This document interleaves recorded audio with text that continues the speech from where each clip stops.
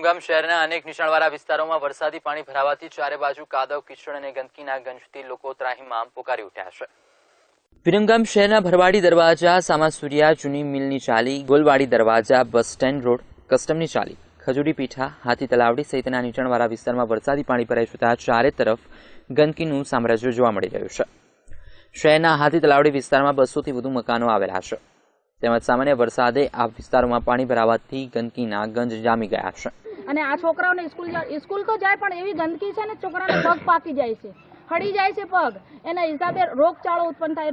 રોગચાળાને લીધે આ લોકો દવા નથી કરાવી શકતા, રિક્ષામાં જઈ શકતા નથી, રિક્ષા જતી જ નથી બહાર, કેવી રીતે એમાં લઈ જવા કોઈને આ તો ઠીક છે, ચલો છોકરાઓ તો ચાલીને જતા, એમને પગ પાકે તો સ્કૂલે તો છોકરાઓને તો ભણવાનું જ છે, તો જવાના જ છે, પણ ડિલિવરીનો ટાઈમ હોય તો અમારે બૈરી કેવી રીતે બહાર, કદાચ 108 નહીં, રિક્ષા નહીં, બાઇક નથી જાય એવું તો કઈ રીતે અમારા છોકરાઓ જાય?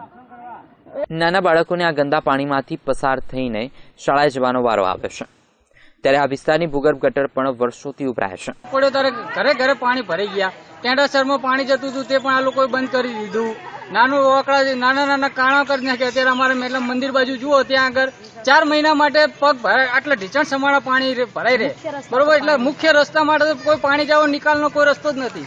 આ તમે જુઓ 1 કિલોમીટરનો રસ્તો મેન, કે જ્યાં આગળ કોઈ પબ્લિક કે છોકરાઓને સ્કૂલ જવું તો નથી જઈ શકતા, અઠવાડિયામાં 3 દાડા જાય ને 3 દાડા રજા રાખે, આમ આખું ફરી રેલ ઉપર ફરીને જવું પડે ફાટક થઈને।